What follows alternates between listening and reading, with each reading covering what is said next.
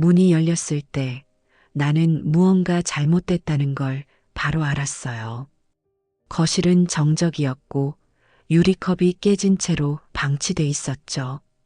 소파 아래엔 지훈이가 쓰러져 있었어요. 입술엔 피가 맺혀 있었고 뺨엔 붉게 손자국이 남아 있었어요. 그의 얼굴을 감싸 쥐었는데 미세하게 떨리고 있더군요. 뒤에서 발소리가 났고 고개를 돌리니 상우가 서 있었어요. 그는 갑자기 무릎을 꿇었어요. 그냥 순간 실수였어요. 잘못했어요. 그의 뒤엔 낯선 여자가 팔짱을 낀 채 문가에 서 있었어요.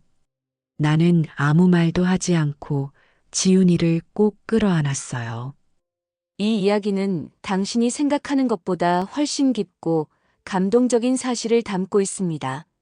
사연이 기대되신다면 구독과 좋아요 꾹 눌러주세요. 그럼 감사한 마음을 담아 야지의 인생극장 지금 시작하겠습니다. 이틀 전 지훈이랑 통화했을 때 목소리가 평소보다 조금 가라앉아 있었어요. 그땐 그냥 피곤한 줄만 알았죠. 늘 그래왔듯 딸은 괜찮다고 말했어요. 그래서 그 말을 믿었어요.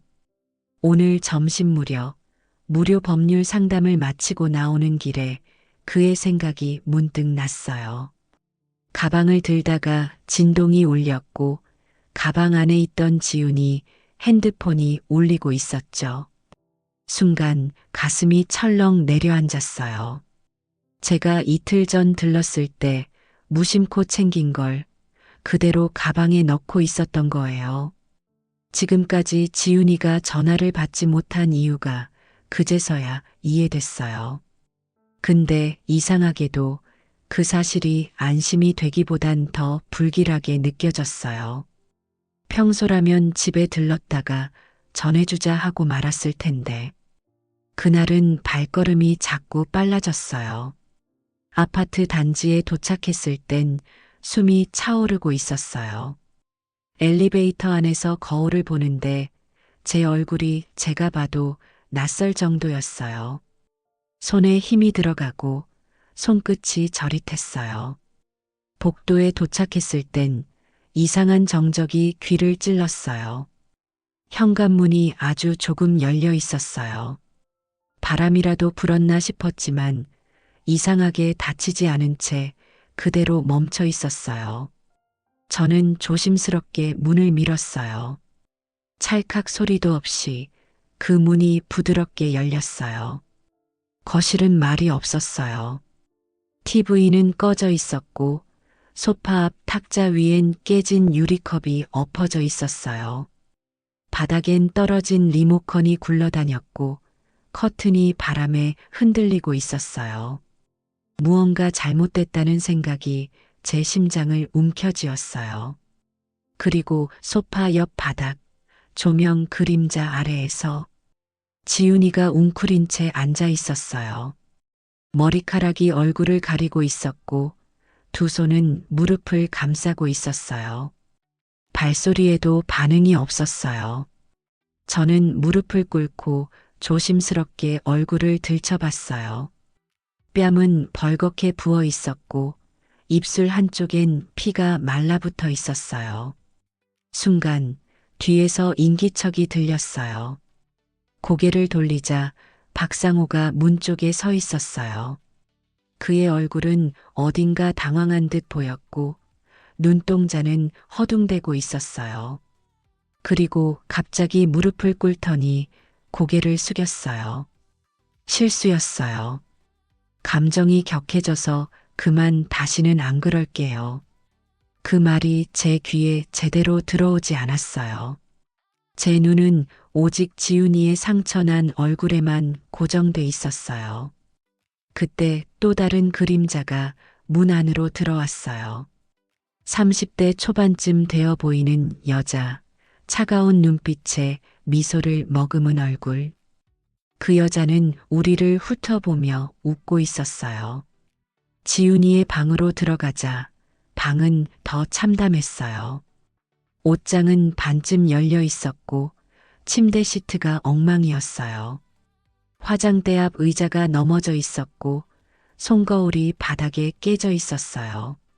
한쪽 벽에 기대 놓은 여행 가방 하나가 반쯤 열려 있었어요. 그 안엔 접힌 옷과 세면도구 몇 개가 들어 있었어요. 지훈이가 이걸 싸다가 중간에 멈춘 걸까요? 떠나려고 했던 걸까? 아니면 도망치려 했던 걸까? 저는 그 가방 앞에서 한참을 멍하니 서 있었어요. 그 순간 머릿속에서 과거의 장면들이 쏟아지듯 떠올랐어요. 처음 결혼하겠다던 날, 웨딩 사진, 그리고 너무 어른스러웠던 딸아이의 웃음. 병원 응급실에 도착했을 땐 이미 마음이 딱딱하게 굳어 있었어요. 지훈이는 말이 없었고 간호사가 조심스레 상태를 물었어요. 의사는 말없이 진단서를 들여다보더니 조용히 말했어요. 갈비뼈 타박상, 입안 찢어짐, 손목 쪽 압박 흔적. 경찰에 신고할 것이냐는 질문에 지훈이는 고개를 저었어요. 대신 저를 슬쩍 바라봤어요. 그 눈빛은 말하지 마세요가 아니라 지켜주세요였어요. 그 순간 저는 세상이 뒤집어졌다는 걸 직감했어요. 더는 기다릴 수도 미룰 수도 없는 싸움이라는 걸요. 그날 밤 병실 옆 의자에 앉아 잠든 지훈이를 보며 생각했어요. 지훈이 곁을 이렇게 만든 건 누구보다도 어쩌면 나였을 수도 있다는 거요. 저는 판사였어요.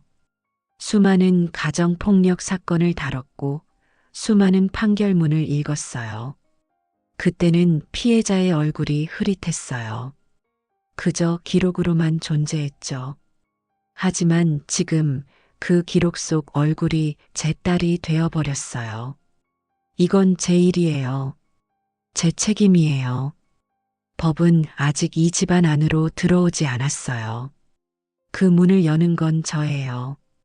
그날 이후 저는 다시 책상 앞에 앉았어요. 정미숙, 이 이름으로 이제 시작이에요. 지훈이는 내내 말을 아꼈어요. 입을 열면 무너질 것 같은 사람처럼 하루 종일 창밖만 바라봤죠. 의사가 병실에 들어와도 간호사가 약을 가져와도 고개만 끄덕일 뿐이었어요. 그 아이가 말하지 않으니까 오히려 병실 안은 더 무거웠어요. 내가 무슨 말을 해도 그 애는 듣지 않았고 침묵은 점점 더 큰 벽처럼 나를 밀어냈어요. 무너진 건 몸이 아니라 마음이란 걸 그 아이는 스스로 알고 있었던 거예요. 나는 침대 옆 의자에 앉아 그 침묵을 함께 견뎠어요. 결국 지훈이가 먼저 입을 열었죠. 그냥 참고 살게요. 그 말이 그렇게 아플 줄 몰랐어요. 억장이 무너진다는 말이 그런 거더군요. 피멍든 팔보다 부은 입보다 참고 살겠다는 말이 더 아팠어요. 그건 포기였고 체념이었고 자기 자신을 지운다는 뜻이었어요. 그 아이는 눈도 마주치지 않고 말했어요.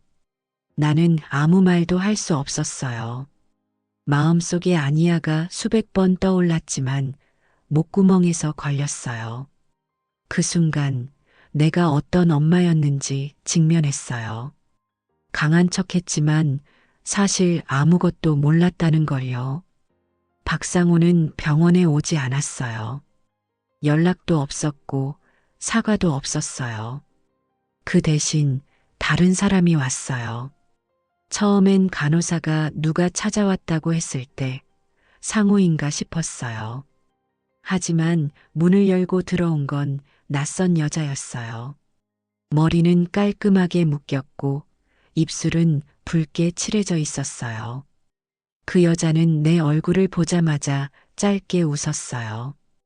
그 웃음이 처음엔 예의 같았는데 곧 조롱이라는 걸 알았어요. 제가 지훈 씨 아는 사람이에요. 말투는 공손했지만 눈빛은 전혀 그렇지 않았어요. 나는 조용히 그 여자를 병실 밖으로 데려갔어요. 복도 한쪽 응급 호출벨이 보이지 않는 구석에서 나는 물었어요. 누구세요? 그 여자는 조금도 당황하지 않았어요. 박상호 씨, 저랑 같이 살아요. 그 말이 채 끝나기도 전에 심장이 멈춘 줄 알았어요. 아, 아셨구나. 그래도 이젠 다 끝났네요. 그 여자의 말이었어요. 끝났다니, 누가 끝냈다는 거죠? 나는 잠시 아무 말도 못하고 그 여자의 얼굴을 봤어요. 그 얼굴은 나보다 젊었고 당당했고 불쾌할 만큼 자신감에 차 있었어요. 그 여자는 내가 아무 반응도 없자 어깨를 으쓱하더니 지윤 씨, 이제 놓아주세요. 상호 씨도요. 하고 말했어요. 잠시 후 나는 낮고 차분한 목소리로 말했어요. 나도 그쪽 이름 정도는 알고 있어요. 그 여자의 미소가 순간 사라졌어요. 나는 그 표정을 마음속에 각인했어요. 그 표정이 내 다음 행동의 출발점이 될 것 같았거든요. 그리고 생각했어요. 이 싸움은 이제부터라는 걸. 지훈이에게 이 일은 단순한 불륜도 단순한 폭력도 아니에요. 그건 삶의 붕괴였고 나에 대한 신뢰의 붕괴였어요. 그 아이가 나에게 말하지 못했던 수많은 밤을 떠올렸어요. 아무도 없던 부엌에서 조용히 울었을 그 얼굴을 상상했어요. 나는 엄마라는 이름으로 너무 많은 걸 당연하게 여겼어요. 그 아이가 스스로 잘할 거라 믿었던 건 사실 내가 덜 힘들고 싶었던 자기 합리화였던 거예요. 지금은 말이 필요 없다는 걸 알았어요. 그래서 나는 말 대신 움직이기로 했어요. 지훈이의 눈물이 아닌 그 옆에 서는 침묵으로 행동하겠다고 마음먹었어요. 그날 밤 병원 주차장에 앉아있던 구급차가 문득 눈에 들어왔어요. 문득 그 차를 타고 온 지훈의 모습을 떠올렸어요. 얼굴은 부어있고 입술엔 피가 맺혀 있었고 그 아이는 그 와중에도 구급대원들에게 괜찮아요라고 말했었죠. 괜찮지 않은데 괜찮다고 말하는 게 지훈이가 살아온 방식이었어요. 그게 제일 슬펐어요. 그날 밤 나는 결심했어요. 딸을 지키는 건 말이 아니라 증거라는 걸. 그리고 행동이라는 걸요. 그 다음 날 나는 법률사무소에 가지 않았어요. 대신 집으로 돌아가 모든 서류를 꺼내 정리했어요. 박상호에 대한 정보, 가족관계 등록부, 혼인신고일, 상호가 일하는 회사, 그리고 내가 지훈이 결혼식 때 받았던 청첩장까지 모든 걸 파일에 담기 시작했어요. 나는 이제 엄마이자 법률가로 움직이기로 했어요. 말 대신 서류로, 감정 대신 증거로. 그 아이가 내게 다시 기댈 수 있도록.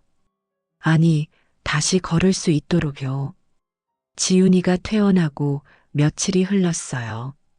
집으로 돌아간다며 고개를 숙였지만 마음이 놓이지 않았어요. 그래도 아이는 자꾸 자신은 괜찮다고 말했죠. 몸이 회복되면 변호사 사무실에도 돌아가겠다고 했어요. 하지만 그 말이 자꾸만 허전하게 들렸어요. 나는 딸을 믿었지만 그 말이 위로가 되지는 않았어요. 그날부터 저는 지훈이의 아파트 주변을 몇 차례 돌았어요. 별일이 없는지, 사람들의 표정은 어떤지 조용히 관찰했어요. 그러다 자주 마주치는 할머니 한 분이 눈에 들어왔어요. 매일 아침 손자 학교 데려다 주고 오는 길이라며 인사를 건네셨어요. 며칠 동안 그분과 몇 마디씩 나눴어요. 그러다 조심스럽게 지훈이와 박상호 이야기를 꺼냈어요. 그분은 처음엔 말끝을 흐리셨지만 결국 작은 한숨과 함께 말을 시작했어요. 밤마다 싸우는 소리가 들렸어요. 여자 우는 소리, 남자 소리 지르는 거, 애가 깰까 걱정돼서 창문 닫았죠. 그 말이 심장을 세게 때렸어요. 사람들이 알고 있었어요. 그런데 아무도 말하지 않았어요. 그건 침묵이 아니라 방조였어요. 그 말을 듣고 나니 내 안에서 무언가 또 하나 부서졌어요. 나는 곧바로 아파트 관리실로 향했어요. 엘리베이터 CCTV 확인 요청을 하려고요. 관리소장은 눈치를 보다가 어딘가 조심스럽게 컴퓨터를 켰어요. 며칠 전 저녁 시간 11층 복도 CCTV에 이상한 영상이 있었어요. 박상호가 지훈을 향해 큰 소리로 고함을 지르며 팔을 크게 휘두르는 장면이 몇 초간 찍혀 있었어요. 화면 속에서 지훈은 복도를 지나던 이웃의 시선을 피하듯 몸을 돌렸고 잠시 후 박상호가 팔로 그녀의 어깨를 밀쳤어요. 균형을 잃고 문틀에 부딪힌 그 모습이 카메라에 또렷이 찍혔죠.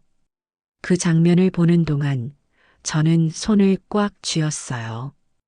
이웃 주민들 몇 명도 화면을 봤어요. 그중 한 분이 말했어요. 그날 소리 지르는 소리에 복도까지 나왔었어요. 근데 지훈 씨가 제발 그냥 가달라고 아무 일 아니라고 해서 그 말이 너무 익숙했어요. 피해자가 스스로를 보호하려고 진실을 숨기는 상황. 법정에서 수도 없이 봐온 장면이었어요. 하지만 이번엔 내 딸이었어요. 그리고 이건 기록이 아니라 현실이었죠. 나는 그 순간 다음 단계를 결심했어요. 지훈이의 아파트 단지 안 한쪽 벤치에서 박상호를 처음 마주쳤어요. 그는 얼굴에 아무 일 없다는 듯한 표정이었고 담배를 피우고 있었어요. 나를 보더니 반갑다는 듯 고개를 숙였어요. 어머님, 지훈이랑 잘 얘기하고 있어요. 다시는 그런 일 없을 거예요. 그 말이 참 기가 막혔어요. 지훈이 얼굴에 남은 흔적이 아직 사라지지도 않았는데 그는 마치 상황이 끝났다는 듯 행동했어요. 내가 아무 말 없이 그를 바라보자 그는 불편한 듯 담배를 비벼 껐어요. 그 순간 그 사람이 얼마나 위험한 사람인지 알았어요. 며칠 후 한 통의 메일이 도착했어요. 보낸 사람은 익명, 첨부 파일 하나.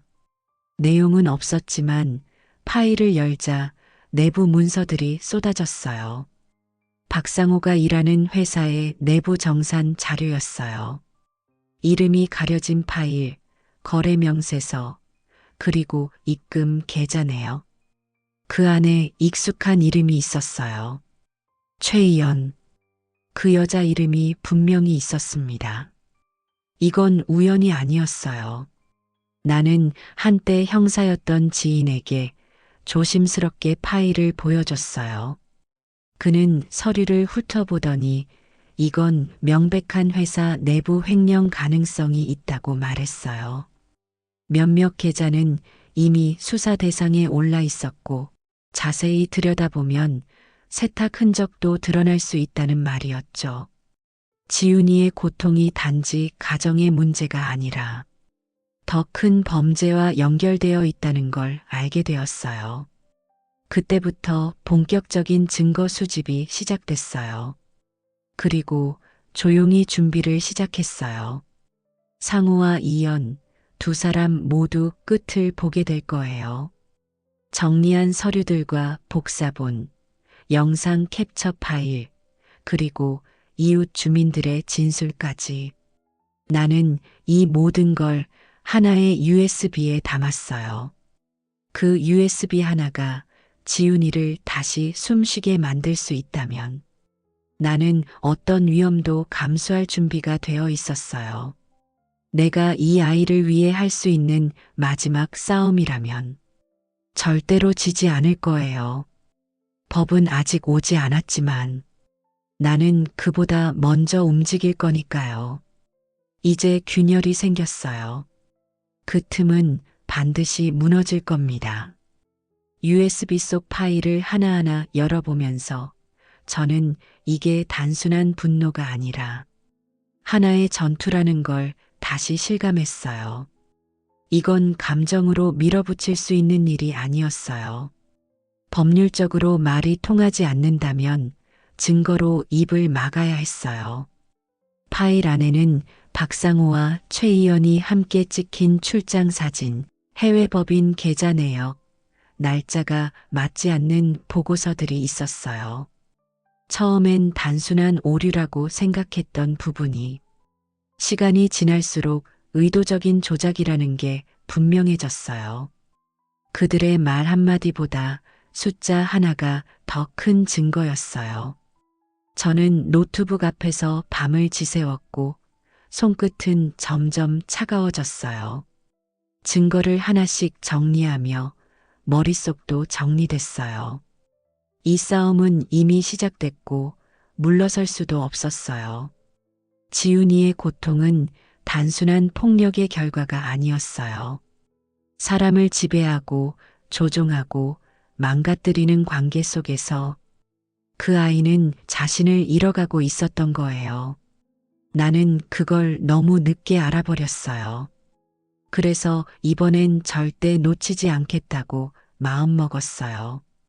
책상 서랍 깊숙이 있던 오래된 공증 서류, 판결문, 고발장 양식들 모두 꺼내놓고 다시 펜을 들었어요. 판사가 아닌 변호사로서, 아니 엄마로서 말이에요.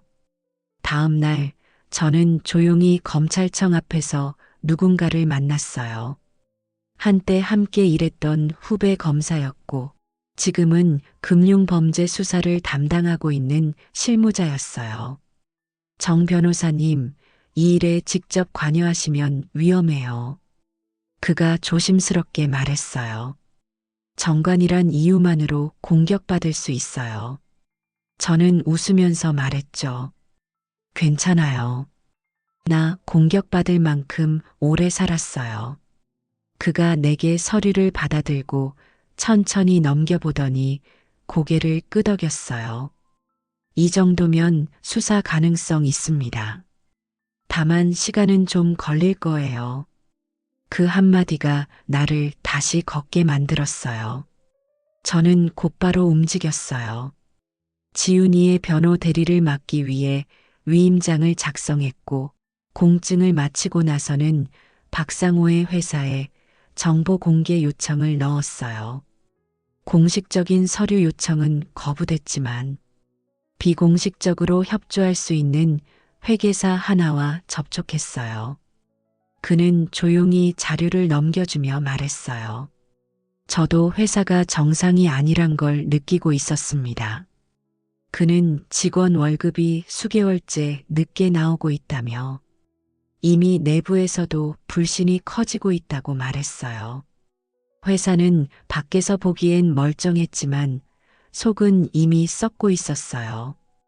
그 즈음 지훈이와 다시 마주했어요. 그 아이는 얼굴에 붓기가 조금 빠졌고 눈빛은 여전히 어두웠어요. 나는 조심스레 물었어요. 지금 돌아가고 싶은 생각 있어? 지훈이는 말없이 고개를 저었어요. 그리고 아주 낮은 목소리로 대답했어요. 이혼하고 싶어요. 그 말은 공기 속에서 천천히 울려 퍼졌고 내가 얼마나 오래 기다렸던 말인지 깨달았어요. 이제 본격적으로 움직일 수 있었어요. 며칠 뒤 변호사 사무실에서 박상호에게 보낼 내용 증명을 준비했어요.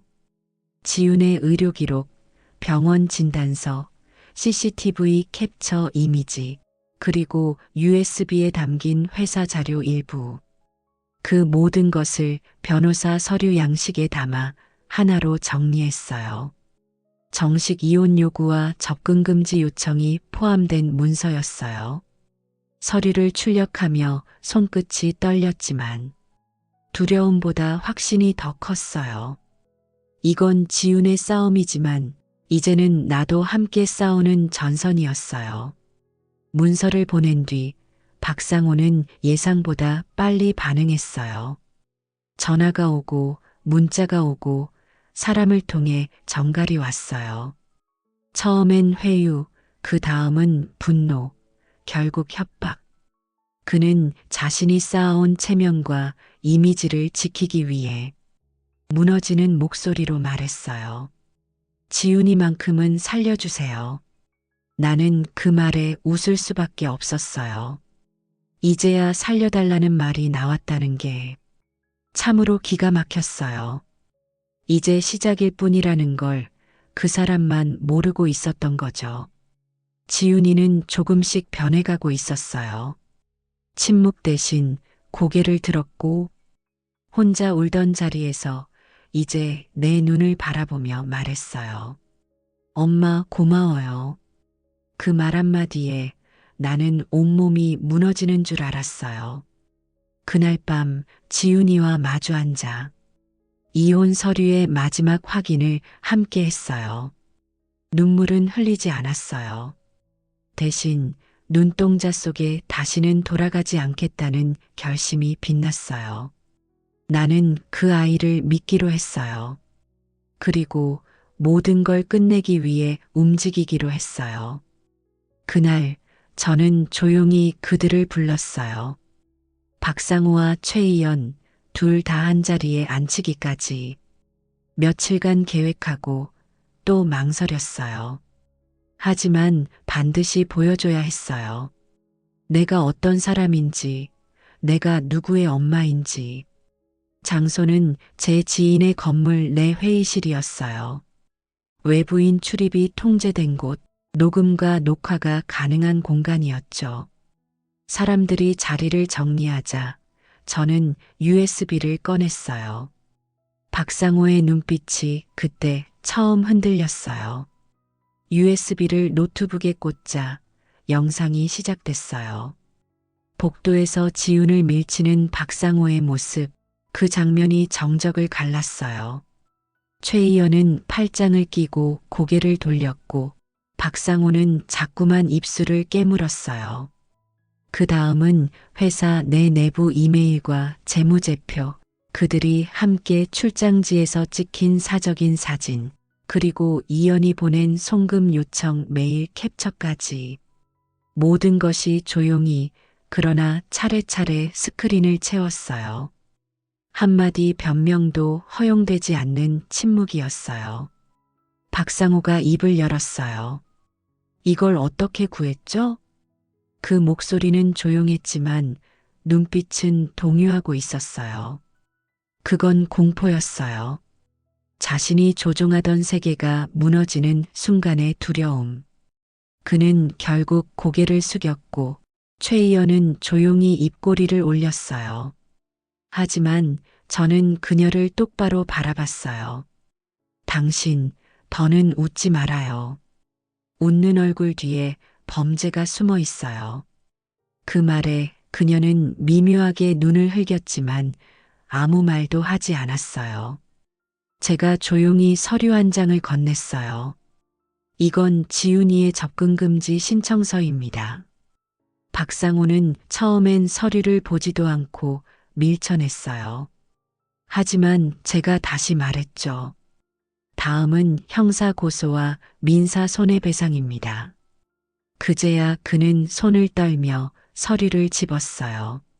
내용을 읽는 눈동자가 자꾸 흔들렸고 그 사이 이연은 휴대폰을 꺼내더니 조용히 자리를 떴어요. 그녀가 떠난 뒤 박상호는 완전히 무너진 듯한 모습이었어요. 그리고 조용히 말했어요. 지훈이한테 한 번만 전해주세요. 미안했다고. 하지만 저는 고개를 저었어요. 그 말 지훈이 평생 기다렸을 수도 있어요. 하지만 지금은 필요 없어요. 그 순간 회의실의 공기가 완전히 식어갔어요.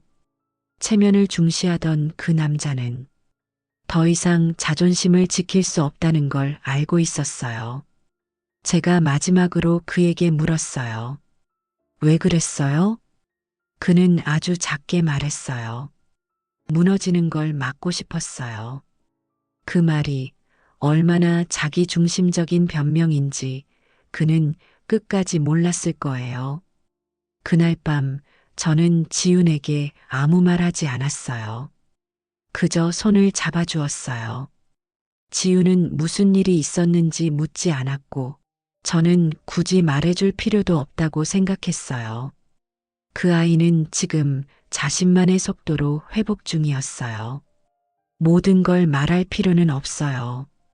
어떤 진실은 말보다 더 큰 행동으로 보여야 하니까요.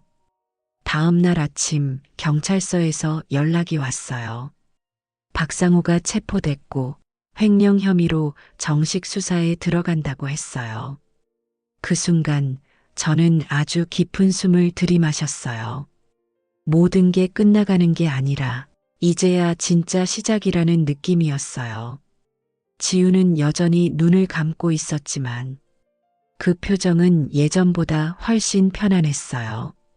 저는 조용히 손등을 쓰다듬었어요. 딸아, 널 위해서라면 나는 지금이라도 다시 시작할 수 있어. 법은 때로 너무 느려요. 하지만 정의는 우리가 포기하지 않을 때 반드시 따라와요. 나는 그걸 믿어요. 그리고 지훈도 이젠 알 거예요. 박상호의 재판이 시작됐어요. 출석 통지서를 받은 날, 지훈은 말없이 침을 삼켰어요. 저도 그날은 쉽게 잠들 수 없었어요. 마음속이 불편한 게 아니라 너무 오랜 기다림이었거든요. 재판정에 들어서니 공기부터 달랐어요. 여느 형사 사건과는 다른 묘한 침묵이 감돌았어요. 피고석에 선 박상호는 정장을 차려입고 있었지만 눈빛은 풀려 있었어요. 최 의원은 나오지 않았어요. 조사 중 해외로 출국했다는 말만 들렸어요. 자신만 빠져나갈 수 있을 거라는 오만함이 만든 결말이었어요. 하지만 오늘은 적어도 한 사람의 진실이 낱낱이 드러나는 날이었어요. 검사는 공소장을 또렷하게 읽었어요. 횡령, 배임, 공금 유용, 가정폭력. 말로 들을 땐 차가웠지만 하나하나가 지훈의 상처였어요. 나는 그 자리에 앉아 묵묵히 듣고 있었어요. 지훈은 눈을 감고 숨을 고르고 있었고 나는 딸의 손을 꼭 잡았어요. 이제 괜찮아. 끝났어. 입 밖으로 낸 말은 아니었지만 그 감정은 전해졌어요. 박상호는 아무 말도 하지 않았어요. 변호사만이 대신해서 혐의를 일부 인정하고 대부분 부인했죠. 그 모습이 오히려 이 싸움의 의미를 선명하게 만들었어요. 검찰 측에서 제출한 증거들이 하나씩 화면에 띄워졌어요. 우리가 모은 CCTV 영상, 회계 자료, 이메일, 진술서. 그중 가장 강력했던 건 지훈의 병원 기록과 사진이었어요. 정면을 응시하던 재판장의 얼굴이 처음으로 미세하게 일그러졌어요. 그날 지훈을 데려왔던 구급대원도 참고인으로 출석했어요. 그는 증언했어요. 피해자가 스스로 다친 게 아니라고 느꼈습니다. 정확히 그렇게 말했어요. 감정이 섞이지 않은 단단한 목소리였어요. 그 한 문장에 재판정이 고요해졌어요. 그 침묵 속에서 모두가 그 장면을 상상했을 거예요. 변호인 측은 마지막까지 상호의 선처를 호소했어요. 가정 문제를 외부로 확대하지 말자. 사회적 손실이 크다 같은 말들. 하지만 저는 방청석에 앉아 조용히 고개를 저었어요. 그런 논리로 수많은 피해자들이 침묵했어요. 그런 논리로 수많은 가해자들이 웃으며 살아왔죠. 이제는 달라져야 해요. 법은 더 이상 체면을 지켜주는 도구가 아니에요. 법은 살아있는 사람들을 지키는 방패여야 해요. 그 순간 저는 제 스스로도 다시 다짐했어요. 과거의 판사로서가 아닌 지금의 엄마로서요. 결심 공판 당일 박상호는 여전히 무표정이었어요. 그날따라 법정은 이상할 만큼 밝았어요. 지우는 한마디도 하지 않았지만 자리를 지켰어요. 판사는 형량을 선고하기 전 잠시 말을 멈췄어요.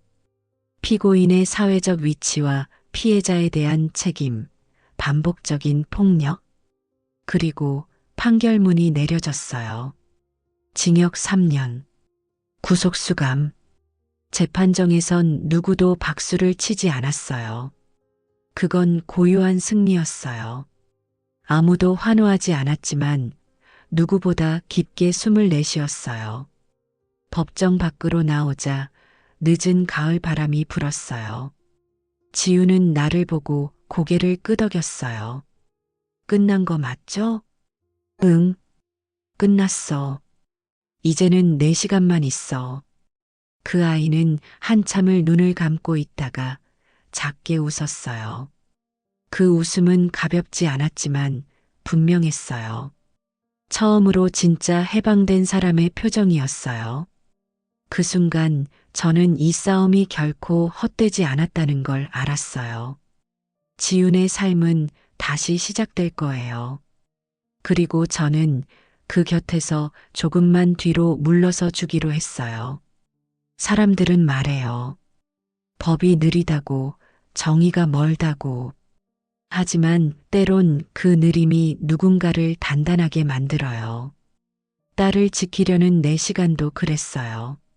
내가 법을 택한 이유, 이제야 다시 선명해졌어요.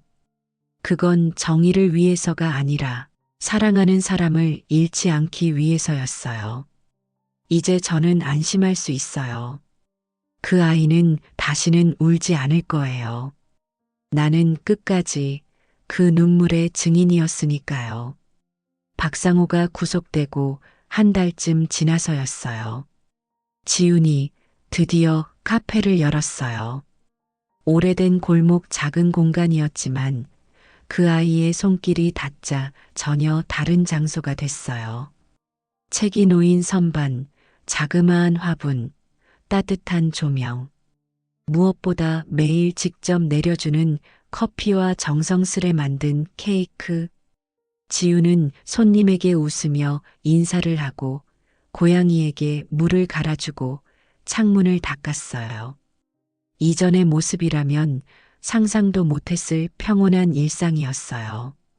그 모습이 제겐 기적처럼 느껴졌어요. 숨 쉬듯 살아간다는 게 이토록 고마운 일이었더라고요. 엄마, 오늘 커피 한 잔 드릴까요? 지훈이 환하게 웃으며 물었어요. 내가 만든 거면 다 좋아. 제가 대답하자 아이는 금세 카운터 안으로 들어갔어요. 에스프레소 머신에서 나는 소리, 우유를 데우는 김, 잔을 놓는 손길. 그 모든 게 제겐 음악처럼 들렸어요. 창밖으로는 오후 햇살이 부서지고 있었고 가게 안에는 은은한 재즈가 흐르고 있었어요. 평범한 하루라는 이름의 선물이 지금 제 눈앞에 있었어요. 커피를 마시며 카페 구석구석을 둘러봤어요. 한쪽 벽면엔 작은 그림들이 걸려 있었고 그 아래엔 지훈이 직접 적은 문구가 붙어 있었어요. 아픈 시간을 통과한 사람만이 따뜻해질 수 있어요. 그 글을 읽는 순간 눈물이 났어요. 그 아이는 분명 아팠지만 이제 따뜻한 사람이 되어 있었어요. 나는 더 이상 두렵지 않았어요. 이제는 이 아이가 스스로 일어설 수 있다는 걸 알았거든요. 그래서 저는 살짝 웃으며 눈을 닦았어요. 오후 늦게 한 아주머니 손님이 카페 문을 열고 들어왔어요. 그분은 조심스럽게 자리 잡고 앉더니 작은 소리로 말했어요. 여기 사장님이 그 변호사 따님이세요? 지우는 조용히 고개를 끄덕였어요. 그 말은 이제 낙인이 아니라 증거였어요. 어떤 싸움을 끝낸 사람이란 증거요. 그분은 커피를 마시며 책을 한참 들여다봤어요. 그리고 자리에서 일어나기 전 조용히 말했어요. 잘 사세요. 정말 잘 되시길 바라요. 그 말은 그 어떤 응원보다 깊게 들렸어요. 그날 저녁 가게 문을 닫고 나오는 지훈을 기다렸어요. 같이 저녁 먹자고 했거든요. 그 아이는 코트를 입고 문을 잠그며 웃었어요. 오늘 힘 안 들었어요. 그냥 행복했어요. 그 말이 그렇게 울컥할 줄 몰랐어요. 지금 이 시간이 내 인생에서 제일 좋아요. 저는 손을 내밀었고 아이는 제 팔짱을 껴요. 서로 말없이 걷는 그 거리 위로 가로등 불빛이 은은히 내렸어요. 이 아이의 인생이 이제부터 진짜 시작이라는 걸 나는 알고 있었어요. 집에 돌아와 침대에 앉아 사진첩을 꺼냈어요. 어린 지훈의 사진, 대학 졸업식, 결혼식 날, 그리고 입원했을 때의 흐릿한 얼굴 사진, 그리고 지금 새로 찍은 카페 앞 사진 속 아이는 웃고 있었어요. 입꼬리가 올라가고 눈이 살아 있었어요. 저는 그 사진을 휴대폰 배경화면으로 바꿨어요. 이젠 내가 지켜야 할 삶이야. 그 말은 곧 나도 이제 놓아도 된다는 뜻이었어요. 며칠 뒤 한 통의 편지가 도착했어요. 보낸 사람은 박상호였어요. 죄송하다는 말, 변명 같은 해명, 그리고 반성한다는 내용. 저는 편지를 끝까지 읽지 않았어요. 이제는 그 사람의 말이 더는 아무 힘도 없다는 걸 알았거든요. 편지는 봉투째 서랍에 넣고 그대로 닫았어요. 그건 끝난 이야기였고 앞으로 열릴 문엔 필요 없는 열쇠였어요. 지훈에게 말하지 않았어요. 이제는 아이가 알아야 할 게 아니라 내가 감당하면 될 몫이었어요. 카페 오픈 한 달째 되던 날, 지훈은 작게 파티를 열었어요. 작은 케이크에 초 하나. 촛불을 끄며 지훈이 말했어요. 엄마, 이제 나 혼자 해볼게요. 그 말에 저는 조금 놀랐지만 기뻤어요. 정말 혼자서도 괜찮을 거라는 믿음이 있었어요. 그 아이는 울지 않았고 저도 울지 않았어요. 대신 따뜻한 와인을 한 잔 부딪혔어요. 그 밤은 조용했지만 깊었어요. 우리가 함께 걸어온 시간처럼요. 이제는 지켜만 보면 돼요. 아이의 인생, 아이의 선택, 아이의 속도로 살아갈 날들. 엄마라는 이름 아래 너무 많은 걸 대신해 왔지만 이제야 진짜 엄마가 될 수 있을 것 같아요. 기댈 수 있는 언덕처럼, 기다려주는 바람처럼. 지훈의 삶이 다시 피어난다는 건 제 삶도 다시 시작됐다는 뜻이겠죠. 그리고 저는 그 시작을 조용히 축복해요. 이제 진짜 끝이에요. 그러나 이 끝은 아주 따뜻한 끝이에요. 오전 10시 상담소 문을 여는 손끝이 여전히 조금은 낯설어요. 이제 저는 더 이상 판사가 아니고 굵은 명패도 책상에 없어요. 하지만 제 자리는 더 단단해졌어요. 오늘도 동네 아주머니 한 분이 긴장된 얼굴로 문을 열고 들어오셨어요. 변호사님, 저 같은 사람도 상담 받을 수 있을까요? 저는 조용히 미소 지었어요. 그럼요. 여기선 누구든 괜찮아요. 말을 끝내고 차 한 잔을 건넸어요. 이 작은 공간이 누군가의 인생을 바꿀 수도 있다는 걸 저는 이제 알아요. 점심 무렵 지윤에게서 메시지가 왔어요. 오늘 엄마 올래요? 단골 손님이 엄마 꼭 보고 싶대요. 그 문자를 읽으며 웃음이 나왔어요. 이제는 서로를 부르지 않아도 마음이 먼저 움직여요. 지윤의 인생이 제 속도를 찾아가고 있고 저도 이제 제자리에서 할 일을 찾아가고 있어요. 상담을 마치고 도시락을 천천히 먹었어요. 사무실 창밖으로는 아이들이 뛰노는 놀이터가 보였고 바람은 가볍고 햇살은 따뜻했어요. 그제야 알았어요. 이 평범한 날들이야말로 진짜 삶이라는 걸요. 밤이 되어 작은 일기장을 펼쳤어요. 딸이 첫 발을 떼던 날부터 대학을 가던 날까지 모든 걸 적어두진 않았지만 마음속엔 다 기억이 남아 있어요. 가장 아팠던 시간도, 가장 행복했던 시간도, 그 모든 게 저를 여기까지 데려왔어요. 사람은 시간을 지나며 변하죠. 하지만 진짜로 변하는 건 견딘 시간의 무게예요. 지훈이 그 무게를 이겨냈기에 오늘이 가능한 거겠죠. 그리고 저도 제 몫의 무게를 안고 살아가기로 했어요. 이제 저는 더 이상 복수를 하지 않아요. 원망도 하지 않아요. 지훈이 다시 웃는 얼굴로 카페에서 사람을 맞이하는 것처럼 저도 누군가에게 작은 도움을 줄 수 있으면 충분해요. 이건 벌이 아니라 회복이에요. 지훈도 저도 그리고 이 사회도 조금씩 회복 중이에요. 힘들어도 멈추지 않고 나아가면 된다는 걸 그 아이가 제게 가르쳐 줬어요. 이제는 그걸 제가 다른 사람들에게 전할 차례예요. 조용히, 천천히, 진심으로요. 우리는 다시 살아가요. 다시 내 자리에서, 내가 서야 할 자리에서, 이젠 누구도 우리를 밀어내지 못해요. 우리 안의 시간을 아무도 되돌릴 수 없으니까요. 오늘도 작은 창문으로 바람이 들어와요. 그리고 저는 조용히 눈을 감아요. 이젠 정말 괜찮아요. 야지의 인생극장 재미있게 보셨나요? 영상이 마음에 드셨다면 구독과 좋아요 한 번씩 눌러주세요.